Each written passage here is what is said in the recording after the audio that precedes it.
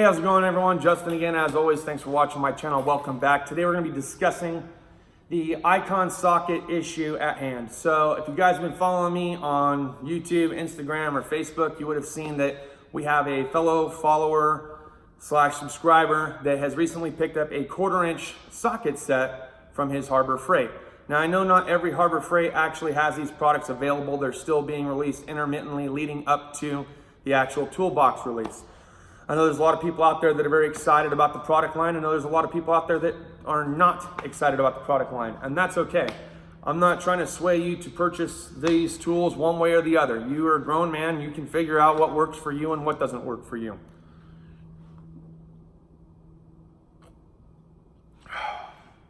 But in today's video, we're going to discuss the issue that Dylan had utilizing his 1/4" socket, and he was trying to remove a valve cover studded bolt on a 6.7 Ram pickup truck.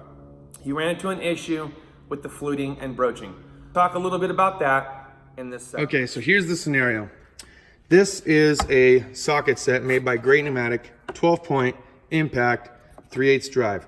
Specifically, I had bought this set for the 13mm 12-point in order to remove studded bolt that's usually located towards the rear and just underneath the firewall lip. A 1/2" 12-point is too tall by the time you get a ratchet on it, so 3/8 is really your best option. If you have a longer 3/8, that works out well. Sometimes you have to use a breaker bar and a cheater pipe for this various situation. But I found actually that I can use a 3/8 drive 12-point socket with an adapter, even if I have to step it up to 1/2", and I'm able to at least get it cracked loose using a universal in that setup. But the previous setup that I had was this. Let's see here. I think this is it. Was this Cornwell Blue Power 12-point chrome set. Now you can see the grease on the inside. This is specifically why I was using these. And if you haven't seen the video, I will throw a card up here to one of the Jeep Build Series videos that I did where I actually removed these cylinder head studs utilizing this socket. But you'll see that it fits down there nice and flush. Unfortunately, an Instagram follower of mine, Dylan, I'll put his picture down here, he did not have that good luck with the Icon 1/4" socket trying to remove a valve cover stud almost in the exact same manner. And the reason is because of the fluting. We're going to talk about that real quick in this video. So let's talk about the fluting. So I give you a 13mm 12-point Blue Power. I give you the 13mm Icon. Granted, it's a 6-point, but we're going to see how the fluting is different on this compared to the Great Pneumatic. But I have used other products such as Great Pneumatic and no such luck. As you can see, because of how it was designed, the fluting and the broach just are not wide enough for the stud to fully pass through. So it literally just sets in there in the flute, and it won't go any further. It won't go past the stud. Ergo, I cannot use it for its intended purpose, which was for using an impact gun and running out the outer 12-point head bolt out of the inline 6 4-liter. Let's take a look at the fluting on the 3/8 drive, because he was using a 1/4" drive, and granted, if you're running into a situation like Dylan did, you can always step it up to a 3/8. But what if you're in a situation where a 3/8 socket just won't fit and you're completely reliant on the 1/4"? Well, let's just see what the 3/8 looks like. Give them some credibility. Now you'll see here on the 3/8, I don't have this issue. Get some better lighting here. So you'll see here on the 3/8, I don't have the issue. The only issue I have right now is that I'm trying to put a 6-point on a 12-point. So it won't go down past the bolt head right now because it's not a 12-point socket. But if we look close, you'll see I still have plenty of room in the flute where I can go farther. So if they start making 12-point sockets, these will work for the inline 6 head. All right, so now that you guys actually got a better understanding of how the fluting and broaching can be a contributing factor, granted, I did not have an Icon 12-point socket, but you saw that the fluting actually works well enough to be able to work in this situation. If it was a 12-point socket, it would fit. You saw that the Cornwell one, the blue power, that actually does work out well, and you saw that the gray pneumatic flute was actually just a hair too tight, making it to where I couldn't use it for my intended purpose for it. There's always another situation, or there's always something you could do differently. Now, granted, on these cylinder head bolts, I've never seen anyone use a ratcheting 12-point wrench to break them loose. One situation when I was in my backyard and I didn't have that specific socket, I did use I think it was a Craftsman 12-point combination wrench with a cheater pipe on the box end, and I was able to heave-ho and crack away and make it work, at least enough for me to be able to put a ratchet and a socket on there to run it out, because I didn't have a big breaker bar at the time or any capability of being able to do that. So you learn little tiny tricks and ways of working around certain things, especially if you've been in this industry long enough. Somebody was saying the one thing I didn't like about the chrome on their drawers was that the drawer would sometimes slide over and they couldn't close it. I was like, you know, a perfect fix for that, split it off, and if you have no intention of ever having to paint it, you can always put some super glue or JB Weld behind it, re-slide it in, leave it overnight, and you're not gonna have that issue. Guys, as mechanics, it's our job to not only figure out the solution to the problem, but to figure out how to work around troublesome situations that you're gonna encounter along the way. Things break, some spots are too tight, a tool won't fit. There's so many different things that you could possibly get yourself into where you start learning about different things. There's a reason why a lot of us as mechanics have so many different tools at our disposal, between ratchet wrenches, flex heads, long ratchets, short ratchets, palm ratchets, finger ratchets, I mean, combination wrenches, oversized wrenches, jumbo sockets, screwdrivers, a couple of different sets sometimes, Torx bit drivers, tamper Torx, E-Torx. We've talked about this in the past. Your laundry list of tools has not even begun if you're just starting off. You might get a nice little 224-piece Craftsman kit like this. And like I said, I'm still using this kit. This is a phenomenal kit. I've actually thoroughly enjoyed utilizing it. I've been using and abusing the sockets ever since I've bought it. The wrenches, a little bit on the sloppier side when it comes to tolerance, but overall a very functional and good set for the price that I paid. I think I paid 150 bucks or something like that. That's a phenomenal deal for anybody that just needs to either trade out some worn out sockets, or if you don't have any sockets to begin with, it's a great place to start. I do have some snap-on sockets. They're in the mid-length. I love having them. I use them. I think it's probably the last socket that I'd ever want to own from Snap-on. I made a mistake a long time ago and wasting a bunch of money on some 12-point deep and shallows that I thought I was going to love because I was going to stack up all my sockets were going to be Snap-on, until I realized, and I came to that realization that I just don't need that expensive of a socket. I mean, I've seen the cheaper ones hold up over time. So the one thing I also wanted to talk about was my thoughts on it. Was I actually going to share any kind of issue that I thought that I would run into if I ran into an issue with the Icon lineup? Yes, of course. That's what I've always done on this channel. I'm using them in the real world. Your guys' pictures and thumbnails, when you hashtag me, hey, look at this, it gives me a chance to actually see it in a real world manner, in a real world setting, okay? So here we are in the real world of automotive. We're turning a wrench for a living. Do they hold up? What kind of chemicals are they gonna run into along the way?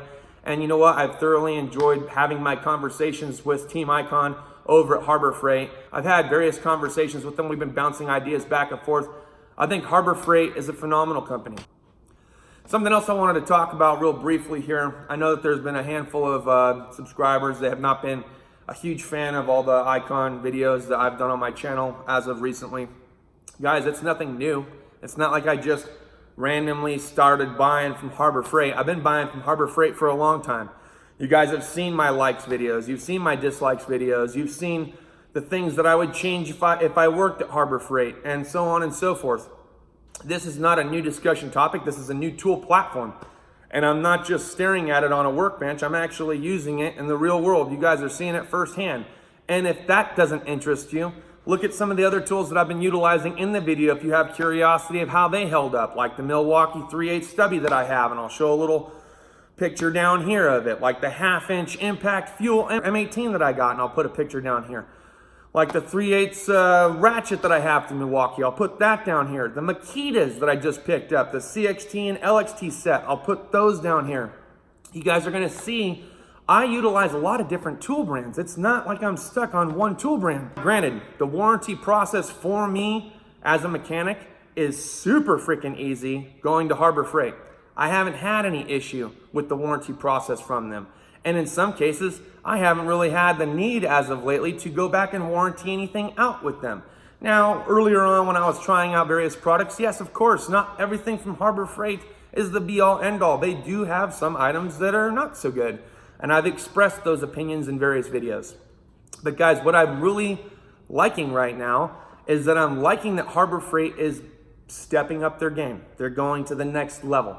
They want to create a more professional product. They want to create it at a fraction of the cost. So as you, as the prosumer or the mechanic or the future technician, you can actually get a really decent quality tool for a fraction of the cost that you would pay. Somebody else had mentioned to me, well, you know, I'm in school right now. Matco gives me 50% off. Snap-on gives me 50% off. Mac gives me 50% off, and I can get the same exact thing with Cornwell. What's Harbor Freight gonna do? Well, guys, right now that's actually in the works. It's one of the things that I've actually talked to them about over there at Harbor Freight and Team Icon. I've discussed this with them. I said, you know, it would be a phenomenal idea is if you went down to a local community college and you got their tool list specifically for that college, and you went through the entire list, and then based on the tools that you've already developed with the Icon platform, create some kind of apprentice kit in the 36-inch Icon cart that you're getting ready to come out with.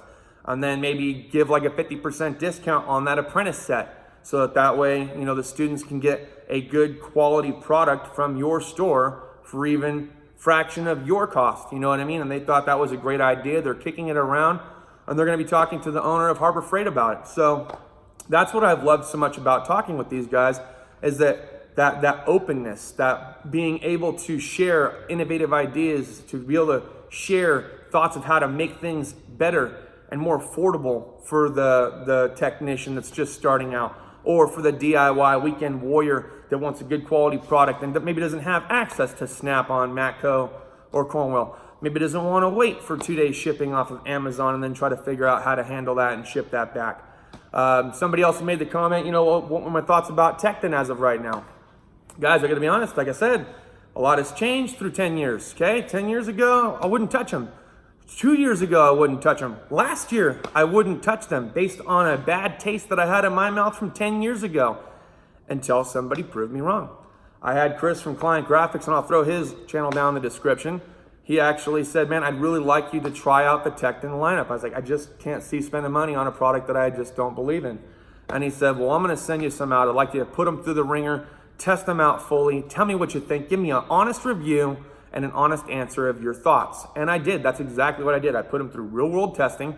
Now granted, I haven't had to use 1/2 inch nearly as much as I normally use 3/8 and 1/4 inch, because most of the things I do as a heavy line mechanic is 1/4 inch and 3/8 based.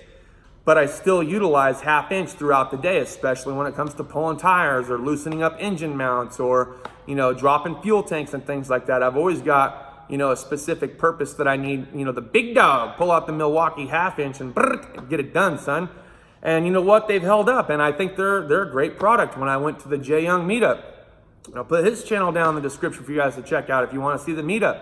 I met a lot of good people that were on YouTube, and one of those guys, which was Tailgate Tech, Mr. Andy, and I'll put his link down there for you, he actually brought out this Tecton ratchet, and he had a gear wrench one with him, and he said, hey, which one do you like over the other? Honest opinion. And I started feeling them out, moving the mechanism around and feeling it, and there was a little bit more of a binding action in the gear wrench 120 than there was the Tecton, and I was like, wow, you know, to be honest, Tecton is super smooth. I mean, I could take a Matco ratchet and side by side compare it to Snap-on and tell you that the mechanism in the Matco ratchet is a little bit more coarse and grainy, and the one I have in the Snap-on ratchet is smooth. So these are some things that you're just gonna kind of have to play with over time, man. I mean, it's like, you know, Rome wasn't built in a day. This product line is not gonna be built in a day. It takes time. We're gonna see some things. You're gonna see more video posts. There's gonna be other people out there that are gonna be sharing their content. They're gonna be sharing their feelings and their feedback of whatever good or bad situations that they've ran into with the product line. It's my job as a beta tester, and I feel like it's my job as your YouTuber and fellow mechanic to try to put these things through real world testing, let you know what I think, give a valid opinion. Now, there's two tests that I could tell from when it comes to testing. One is initial testing and at first glance, first view, first impression. The second one is longevity over time. So there's no way for me to do the second test for at least a year or two. You know what I mean? I can't give you that longevity test because I haven't had these products but a week.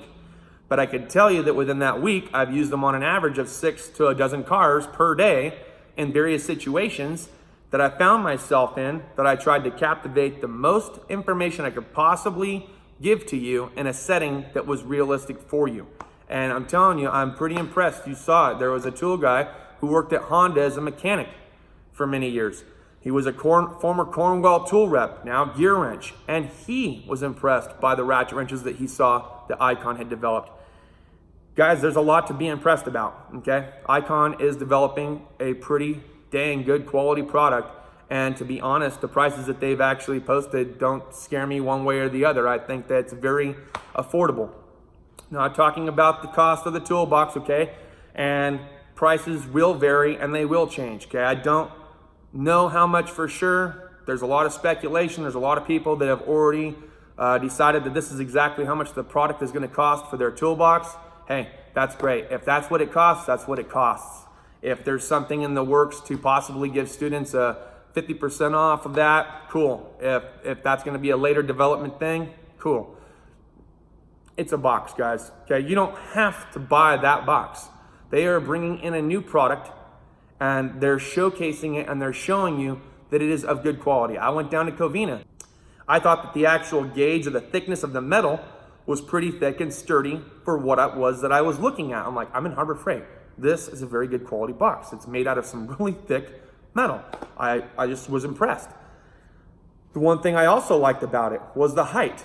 Most of the hutches that I've seen, that the toolbox was just a little shorter than I would have liked, and the hutch was just a little bit even shorter. And as a tall person, I don't like having to bend over into my hutch to get work done. Granted, I could sit on a stool and tuck my head in and hands in, and a lot of guys do that are tall. A buddy of mine that I used to work with over at Chrysler, Chris, he's like 6'5", 6'6", and he's got the snap-on KRL with hutch and top locker. The guy's head meets up with like the middle of his freaking the flip book on top of his hutch. I'm like, dang, how do you do that? He's like, I just got to stare down. And I was like, that's got to be rough, man.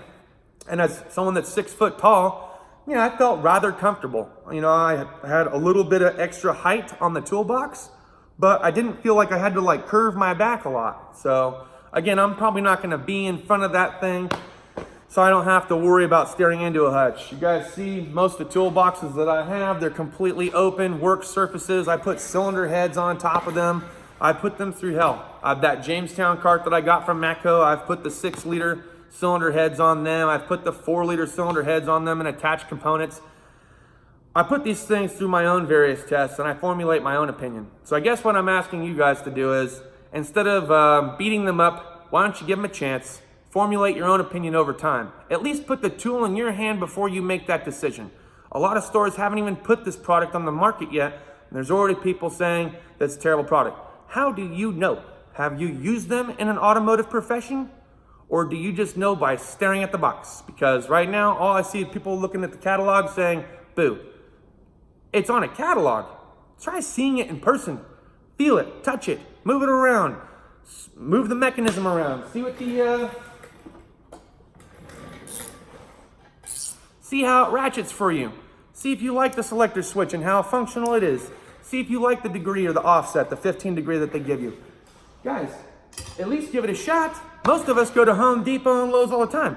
If you're not already there, you should be checking out VCG Construction, because he'll actually do a walkthrough with you. He takes us out on his live streams, takes time out of his busy schedule to go into Lowe's, to go into Home Depot, walks around, shows us all the different hot deals that they got going on, or the newest tools that are coming out, shows us what he thinks is pretty good quality tool, what his experience is with various pieces of construction equipment that he runs into from these stores, and he shares it all for you guys on YouTube. So check out Vince's channel. Look, a lot of channel shout out names in this video, but guys, if you're not already subscribed to a lot of the channels that I listed off, you're missing a lot of meat and potatoes in the tool community, because there's a lot of channels out there that are going to give you really good quality information. And I'd like you to, at least like anything else, check them out. The Den of Tools, another one of my favorite go-to channels. My daughter enjoys watching the bear, and the family live streams are phenomenal. Absolutely love him. I think he gives very good and valid points in his videos.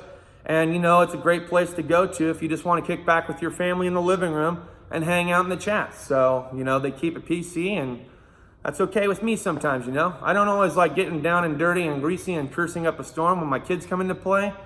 I turn it off, man. It's like a light switch. Sometimes you just got to turn it off. That's all I got for this video, guys. Thanks as always for watching. I hope you enjoyed today's content. Share with me your thoughts and opinions down in the comments.